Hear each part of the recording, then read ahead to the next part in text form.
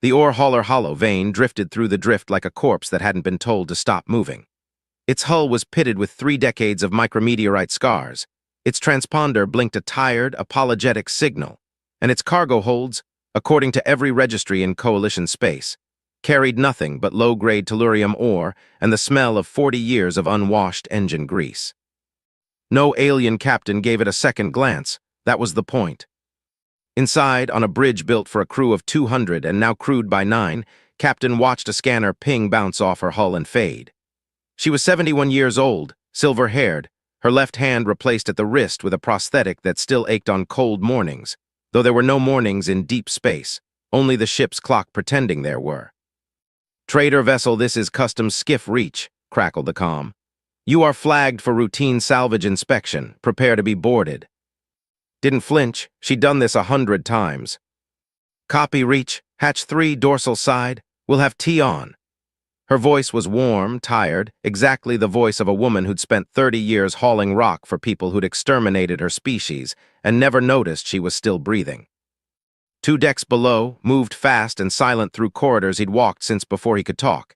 He was 34, born in the Persistence's medical bay under a different name for a different ship, and he had never once in his life felt planetary gravity under his boots. He didn't know what rain smelled like.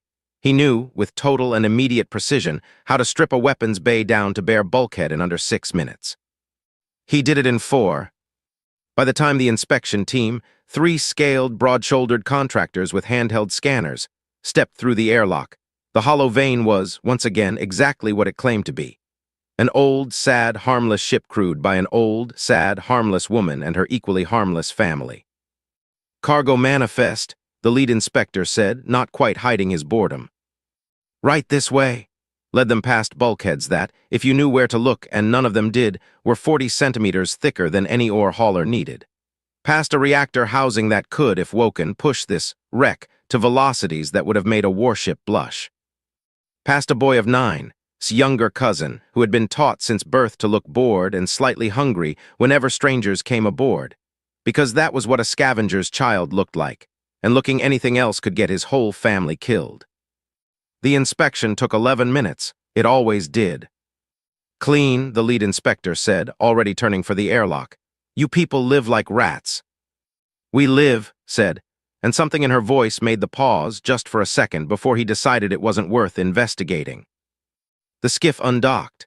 The hollow vein, the Persistence, drifted on into the dark, exactly where it had been an hour ago, exactly where it would be tomorrow. Only when the skiff's drive signature vanished from sensors did let her shoulders drop, appeared at her side, still breathing hard from the weapons bay sprint. "That's the 3rd inspection this month," he said. "They're getting curious." "They're getting bored," corrected. "There's a difference." "Not for much longer if the traffic patterns hold." He pulled up a star chart, dense with new contact flags, patrol routes that hadn't existed a year ago, sensor buoys strung like a spider web through the drift's outer edge. "Somebody's tightening the net. I don't think it's random." Looked at the chart for a long moment. 30 years of not being the woman who started a second war. 30 years of teaching her granddaughter to hide instead of fight, to disappear instead of stand. "Wake the tactical crew for a briefing," she said finally. "Quietly, no alarms. I want eyes on every patrol route in this sector by morning." Hesitated. "You think it's finally happening. The thing we always said wasn't." Didn't answer right away. Behind her, deep in the ship's bones, a reactor core that hadn't run at more than 4% output in 3 decades pulsed once, almost like a heartbeat remembering how to beat. "I think," she said quietly, "that hiding forever was always a story we told the children to help them sleep. Had never seen a sunset." She knew what one was, had watched 1,000 hours of pre-sundering footage, sun bleeding orange over Earth oceans that no longer existed in any form she'd ever touch. She could recite the names of 6 extinct capital cities. She could field strip a plasma rifle in the dark, blindfolded in under 90 seconds, a skill she'd been drilled on since she was 7 years old and too small to lift the weapon without bracing it against her chest. She had never once stood under an open sky. "You're doing it again," said her cousin, 16 and perpetually amused by his older cousin's moods, watching her stare through the observation blister at nothing but stars. "Doing what?" "The thing where you look at the dark like it owes you money." almost smiled. Almost. She was 26, sharp-jawed, quick, with her grandmother's stubborn set to her mouth and none of her grandmother's patience. She'd trained her whole life for a war her grandmother swore would never come, and some nights, most nights if she was honest, that felt less like preparation and more like a very long, very elaborate joke at her expense. "I keep thinking," she said, "that we're a museum, guarding an exhibit nobody's allowed to see." "Better than being an exhibit somebody does see," said, and for a 9-word sentence, it landed harder than he meant it to. Down in the Persistence's makeshift schoolroom, 3 benches bolted to a deck plate that used to hold a torpedo rack. A dozen children born entirely in the black were learning history from herself, because had decided a long time ago that if her people were going to die out here in the dark, they would at least die knowing who they'd been. She taught them about Earth, about the Sundering, about a species that had burned bright, fought 17 alien empires to a standstill for 6 brutal years, and lost anyway, because 17 was, in the end, simply too many. "Why did they hate us so much?" a small girl asked, the same question in some form every generation of children asked eventually. "They didn't hate us," said. "They were afraid of us. Those aren't the same thing, but they end the same way." In the tactical bay, reviewed the sensor sweep had ordered, and her stomach went tight and cold. New patrol density all along the drift's outer rim. New IFF signatures, not coalition remnant patrols, not the tired old customs skiffs that came sniffing every few weeks. Something organized, something hungry. "Combine," she said, pulling up the registry data. "Newer empire, aggressive expansion doctrine, and look," she highlighted a broadcast intercept, a bounty notice scraped from 3 separate black market relay stations. "Confirmed human artifacts, living or dead, reward negotiable." Went very still. "That's not a rumor anymore." "No," said, "that's a market." She found in the schoolroom afterward, the children dismissed, her grandmother alone with the star charts, looking older than had ever let herself notice before. "We can't keep pretending the drift is safe," said. "Every route patrols is a route we can't use. Every trader who won't touch human salvage anymore because it's suddenly worth their heads is a supply line we lose. We're not hiding, Grandma. We're being slowly starved to death and calling it caution." Didn't argue, that more than anything frightened. "Your grandfather used to say," said finally, "that the day would come when hiding cost us more than fighting. I told him I'd know that day when I saw it." She looked at the chart, at the tightening net of red contact markers. "I think I'm looking at it." "So what do we do?" Was quiet for a long moment, and somewhere beneath their feet, in the deepest, oldest part of the ship, something vast and dormant seemed to wait, patient as it had been for 30 years, for someone to finally give it permission to wake up.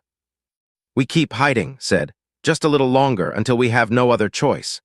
She met her granddaughter's eyes. "And you're going to make sure we're ready for the day we don't, did not believe in ghosts, which was precisely why she'd spent 4 years hunting one." She was 38, an intelligence officer with a service record too clean for someone her age and a reputation, among her superiors, for chasing theories nobody else took seriously. Her current theory, the one that had gotten her reassigned to the unglamorous backwater of drift surveillance, was simple, and to everyone but her, absurd. Humanity is not extinct. She'd built the theory on fragments, a weapon's signature recorded by a fleeing pirate 3 months ago that matched nothing in the database but bore an unsettling resemblance to decommissioned human naval hardware. A pattern of ore haulers that moved just a little too efficiently through hostile shipping lanes, evading pirate activity with a consistency that owed more to tactics than luck. And underneath it all, a hunch she couldn't fully justify to anyone, least of all herself. Humanity hadn't fought like a species that intended to lose. They'd fought like a species buying time. Time for what, she intended to find out. "You're chasing smoke," her superior director told her over a secure channel, not unkindly. "The Sundering ended 30 years ago. There is no fleet. There is no hidden human enclave. There is a bounty program because bounty programs are profitable, and profitable programs need targets, real or invented." "With respect, Director, I don't think it's invented," pulled up the weapon's signature match. "This isn't scrap hardware nostalgia. This is a live system, fired within the last 90 days in a sector with no registered military presence." Was silent for a moment. "Find me proof, not theories, proof, then we'll talk about resources." It wasn't a yes, but it wasn't a no either, and had built a career out of the gap between those 2 words. Elsewhere in the drift, the Bounty Notice office had quietly seeded 3 months ago as bait, confirmed human artifacts, living or dead, reward negotiable, was doing exactly what she'd hoped. Rattling every black market channel in the sector, flushing out anyone who might know something. It was also, though she didn't know it yet, starving a family she'd never met of the supply routes they needed to survive. Aboard the Hollow Vein, 3 trade contacts in a row had gone quiet. A fourth had responded to discreet inquiry with a message that made his blood run cold, not touching anything human-adjacent right now. Bounty's too hot. Don't contact this channel again. They know something, told. Not about us specifically, but they know the word human is worth money now, and that's almost as dangerous. Stared at the star chart, at the tightening web of patrol routes, and felt something she hadn't felt in a very long time. The particular, cold certainty of a trap closing, slow enough that you could watch it happen and still not stop it. Reroute our next supply run-through corridor, she said. Longer but quieter. His voice was careful. Corridor is a 3-week detour. We don't have 3 weeks of reserves. She knew that. She'd known it before he said it. She looked at the manifest, fuel, food, medical supplies, all trending toward a red line that used to be a hypothetical and was fast becoming a deadline. Then we find a shorter answer, she said, before the drift finds us first. 4 sectors away, filed a routine surveillance request for an aging ore hauler registered as the Hollow Vein, flagged not for anything it had done, but for a pattern of behavior too careful, too consistent, too quietly competent to belong to the harmless wreck it claimed to be. The request was approved without comment. It usually was for requests this small. She didn't know yet that she'd just aimed a scope at the last warship of a species her empire had helped erase. She only knew that somewhere in this drift of dead rock and dying trade routes, a ghost was breathing, and she intended to prove it before anyone stopped her. The trade went wrong in the way that desperate trades always do, quickly and with guns. Had authorized it against her own better judgment, a black market exchange with a broker named 3 sectors, someone vouched for, someone who'd handled human-adjacent salvage before the Bounty made that word radioactive. Fuel cells and medical stock, paid for with the last of the ship's negotiable ore reserves. Simple, quiet, necessary. It was an ambush. Hadn't set it up, would confirm that later, reading the terror in the broker's own final transmission. But somebody had been watching's channel closely enough to know a deal was happening, and pirates in the drift had gotten hungrier as legitimate trade routes tightened under scrutiny. 3 raider vessels dropped out of a debris field the moment the Hollow Veins shuttle disengaged from the exchange point, weapons hot, demanding the ship's cargo, and with a raider's casual cruelty. Whatever else you've got worth taking. On the bridge, watched the raiders targeting locks paint her shuttle red, and felt something in her chest go very cold and very clear. Grandma, they're going to board the shuttle. His voice over the comm was tight. We stay dark, we're a mining hauler. Mining haulers don't fight. Mining haulers don't have crew either, snapped back. That shuttle has your niece on it. Silence for 1 full second that felt like a year. 1 turret, said finally. Deniable, minimum force. If you fire like you were never trained to. Didn't need telling twice. She'd spent her whole life training for a moment exactly like this one, and being told, every single time, that the moment would never come. She brought the Persistence's single disguised point defense turret, hidden behind a false cargo panel that had fooled 100 inspections, online, and put 2 precision shots through the lead raider's engine block with a coolness that surprised even her. The raiders broke off. Pirates weren't soldiers, they didn't die for principle. The shuttle limped home. Cousin came back shaking but alive. It should have ended there. It didn't. 1 fleeing raider ship, engines damaged but sensors intact, had recorded the turret's firing signature before running, a weapons discharge pattern that matched nothing in any pirate or coalition remnant database, but matched, with unsettling precision, decommissioned human naval hardware from 30 years gone. The raider, desperate for anything to offset the humiliation of losing a fight to a harmless ore hauler, sold the data to the first buyer who'd take it. The buyer worked, 3 transactions removed and untraceable to any casual glance. 4. She stared at the weapon's signature for a long time after it landed in her queue, and felt the particular, electric stillness of a theory tipping over into fact. "Director," she said, opening a channel with hands that were, for the first time in years, not entirely steady. "I have your proof." Aboard the Persistence, watched the raiders retreat with no relief at all, only a slow, sinking understanding. "We showed our teeth," she said quietly to no one and everyone. "We saved 3 lives," said. "I know," closed her eyes. "That's not the part I'm afraid of." Arrived on the bridge at a run, face grim, a data slate in his hand. "I've been monitoring intelligence chatter since the boarding attempts started ramping up. There's a request in the queue, priority flag, personal sponsor, an officer named. She's asking for direct inspection authorization on the hollow vein." The bridge went silent. "How long do we have?" asked. Didn't answer right away, and that, more than anything, told them everything they needed to know. "Not long enough," he said finally.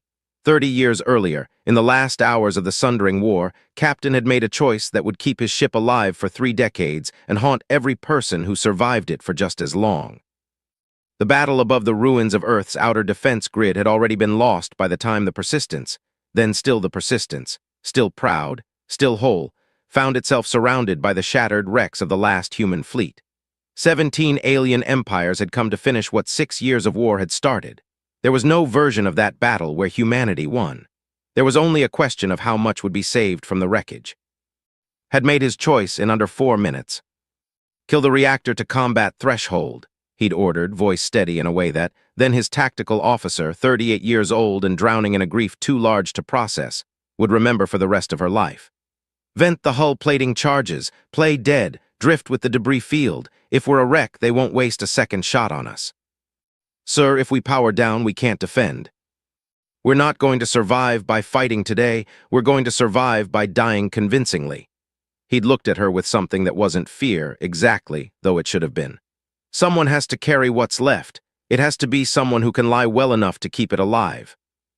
He'd stayed behind on a shuttle, a decoy, drawing 3 enemy cruisers away from the wreck, long enough for it to vanish into the debris field, playing dead among 10,000 ships that actually were. He never came back. Had carried his ship, and eventually his rank, for 30 years since, teaching herself and everyone who came after her the terrible, patient art of surviving by being beneath notice. She had never told most of the crew what the ship actually was, beneath its cargo holds and its lie. Not a wreck, not a hauler, but the Persistence, a dreadnought prototype built in the war's final desperate years, carrying humanity's last functioning strategic AI core, code-named Atlas, dormant since the day gave his life to keep it hidden. In the present, with inspection request approved, and a countdown now running in hours instead of weeks, stood alone in the ship's deepest chamber, in front of a core she hadn't spoken to in 3 decades. "Atlas," she said, "status." The response came slow, groggy, like something surfacing from a very long sleep. "Captain VOSS, 31 years, 4 MONTHS dormant. Mission PARAMETRS, preserve, hide, survive. Status update REQSTED. His hands, folded in front of her, were shaking, and she let them. "The mission's about to change," she said. "Clarify." She thought of the 4 minutes he'd had to decide humanity's future, of the 30 years she'd spent honoring that decision by making herself small. She thought of 26 years old and trained her whole life for a war she'd been promised would never come. "We may need to stop hiding," said. "Soon, I need to know what you can do if I ask you to." There was a pause, not hesitation exactly, but something that in a human might have been called grief. "Captain REYES ENSURED, this ship would survive to make that choice. That was the entire point." A beat. "I am ready when you are." Closed her eyes, and for the first time in 30 years, allowed herself to grieve and prepare in the same breath. "Not yet," she said, "but soon, stay ready." She left the chamber without looking back, because she knew that if she looked back, she'd see shuttle disengaging one more time, and she didn't think she could survive watching that a second time, even in memory. The inspection shuttle that docked with the hollow vein 41 hours later carried 6 armed personnel instead of the usual 3 unarmed customs contractors, and herself walked through the airlock first. Met her at the hatch with the same tired, warm smile she'd used 100 times before, and felt it cost her more than it ever had. "Officer, we weren't expecting a full inspection team for a routine." "This isn't routine." Eyes moved past the corridor with the flat, careful attention of someone who already believed what she was about to find. "I have authorization for a full internal sweep, Captain," she checked a data slate. "That is your name, isn't it? Tactical Officer, ENS Persistence, presumed dead 31 years ago." The corridor went very quiet. Didn't answer, and that silence was its own confession. "Move," said to her team, and the inspection became something else entirely. A search, methodical and armed, moving deck by deck toward the ship's hidden heart. Below, heard the change in tempo over the ship's internal comm and felt every year of training crystallize into a single, terrible clarity. Was already moving children toward the aft shielded compartments, the ones built for exactly this contingency and never once used. It should have worked. It nearly did. It fell apart on Deck 7, when 9-year-old. The boy trained since birth to look bored and hungry for strangers.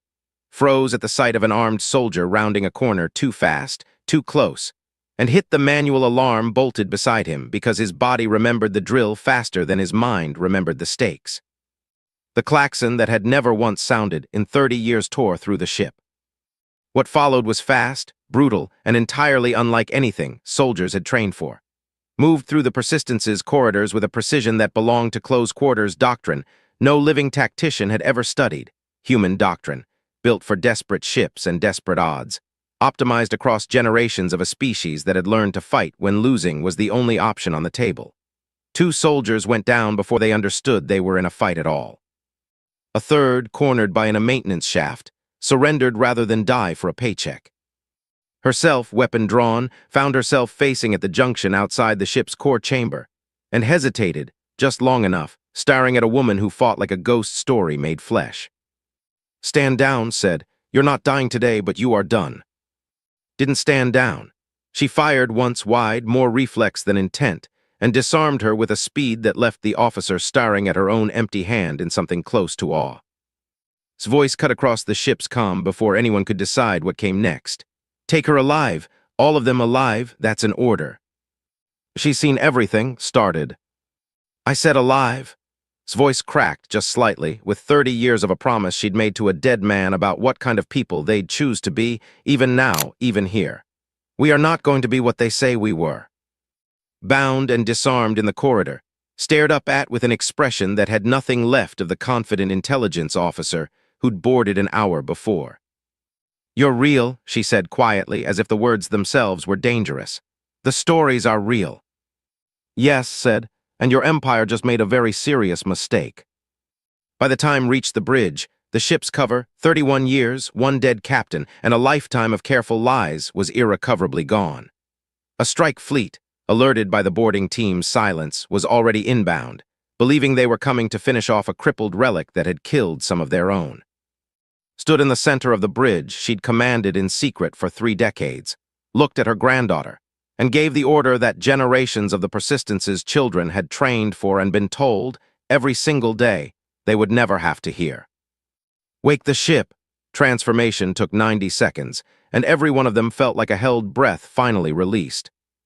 Hull plating that had spent 30 years disguised as corrosion and rust folded outward and fell away, revealing the true lines of a dreadnought beneath, sleek, built by a species that had run out of resources long before it ran out of will to fight. Weapon batteries that hadn't fired at more than 1/10 of their capacity in 3 decades unfolded from concealed housings across the hull.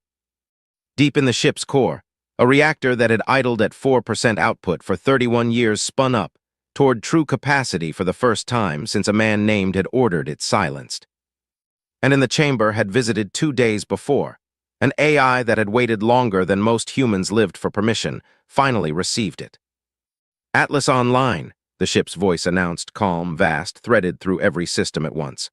"All hands, this is not a drill. WAPONS hot, shields AT full. Captain VOSS, I have the helm whenever you're ready to give it to me."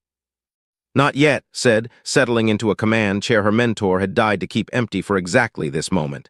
"Tactical is, I want eyes forward." The strike fleet, 6 cruisers, confident, expecting to finish off a crippled relic and collect a very tidy bounty, dropped out of transit expecting an execution and found, instead, a warship. What followed was not a massacre in either direction, but it was unmistakably humanity's answer to 31 years of silence. Fought with a coldness that surprised even herself, calling firing solutions with a precision drilled into her since childhood, watching decades of theoretical tactics prove themselves against real targets for the first time. The Persistence was old, damaged, understaffed 9 crew members trying to do the work of 200. But it had been built to survive impossible odds, and its crew had spent 30 years training for exactly this day while telling themselves it would never come. Bound in a holding compartment, but given a viewport by an order she didn't understand and would spend years trying to, watch the battle unfold in silent horror, and something uncomfortably close to admiration. This wasn't the mindless savagery her empire's histories described. This was a species that had learned to fight as one organism, no wasted motion, no fractured chains of command. The kind of unity the sprawling, competitive Combine, for all its ships and resources, had never once managed to achieve. "They shouldn't be winning," she whispered to no one. "They're not winning," said the guard beside her, watching the tactical display with dawning dread. "They're surviving, again." The battle's cost came due in its final minutes. A cruiser dying fired a desperate spread that punched through the Persistence's weakened aft shields and tore through Deck 9. The deck where, 16 years old, had stationed himself at an auxiliary damage control post, because every hand mattered today. He died doing the job he'd trained for since he could walk, and the ship's automated systems recorded his name in a casualty log that had been empty for 31 years and would never, from this day forward, be empty again. When the last cruiser broke and fled, the Persistence drifted in the wreckage of a battle it had won and could not afford to fight twice.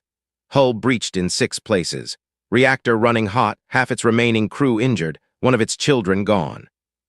Sat in the command chair, hands finally, fully shaking, and allowed herself, for the first time in 31 years, to weep for a war she'd hoped her granddaughter would never have to finish. Captain Atlas said quietly, "We survived." "I know," said, "that was always the easy part. Surviving is what we're good at." She looked at the tactical station, at a granddaughter who had just fought the battle her entire life had prepared her for, and would carry the weight of it for the rest of her days. "The hard part," said, "starts now. Word travels fast when a myth stops being one." Within days, sensor logs, salvaged wreckage, and the testimony of a captured and quietly released intelligence officer confirmed what half the galaxy had refused to believe and the other half had never stopped fearing. Humanity was not extinct. A ship, old and impossibly stubborn, had survived the sundering in plain sight for 31 years, and had just demonstrated in a single brutal engagement that whatever else had been lost with Earth, the will to fight had not been among it. The Combine, for its part, chose silence over vindication.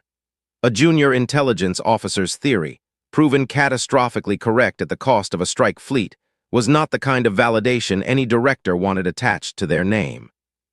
Official report was filed, reviewed, and quietly buried. But herself, in the version of events she chose to keep for herself, remembered a captain who could have killed her and chose mercy instead, and a granddaughter who fought like something out of a story and still, at the end, offered her prisoner water. She never disclosed the Persistence's exact drift coordinates. Some debts, she decided, were worth more than a promotion. Aboard the ship, battered, alive, the work of healing began in the unglamorous, unrelenting way that survival always demands. Patched hull plates, rationed medical, a funeral held in the observation blister for a 16-year-old who'd never seen a sunset either, buried not in soil he'd never known, but released into the stars he'd called home his entire life. Stood at that funeral with her whole surviving family around her, and made the decision she'd been circling for 31 years. "I'm passing command," she told afterward in the quiet of the ship's core chamber, Atlas listening in patient silence around them both. "Not because I'm too old, because you were never meant to inherit a hiding place. You were meant to inherit a choice. What we do with what's left of us, that's yours to decide now." Looked at the reactor core, at the ship that had raised her, lied for her, bled for her. "What if I decide we keep hiding?" "Then we hide," said. "But now the galaxy knows we're a choice, not a ghost. That changes what hiding means." "The galaxy believes you are the last of your kind," Atlas said quietly. "They are probably correct. That does not mean you are the last of your kind story." Thought of she'd never met but understood completely now. of 31 years of children raised to disappear so that one day, someone might be free not to. "We're not hiding anymore," she said finally. "Not really hiding, just not making it easy." Weeks later, the Persistence, hull patched but visibly, unmistakably a warship now, transponder finally broadcasting its true defiant name, drifted back out past the edge of the drift, into the deep black beyond mapped space. Not fleeing, not hunted for the moment. Simply moving the way it always had at its own pace on its own terms, carrying the very last of a species that had once been told definitively that it no longer existed. In the ship's core chamber, Atlas logged a single quiet entry into a database that had sat empty and dormant for 31 years, waiting for exactly this moment to matter again. Mission status ongoing. Casualties 1. Survivors 8 plus crew. Species status not extinct. Correction pending across all known registries. Note, the war did not end at the sundering. It only went quiet for 31 years, waiting for someone brave enough to make noise again. The Persistence sailed on into the dark, not hidden this time, simply unafraid at long last to be seen. End.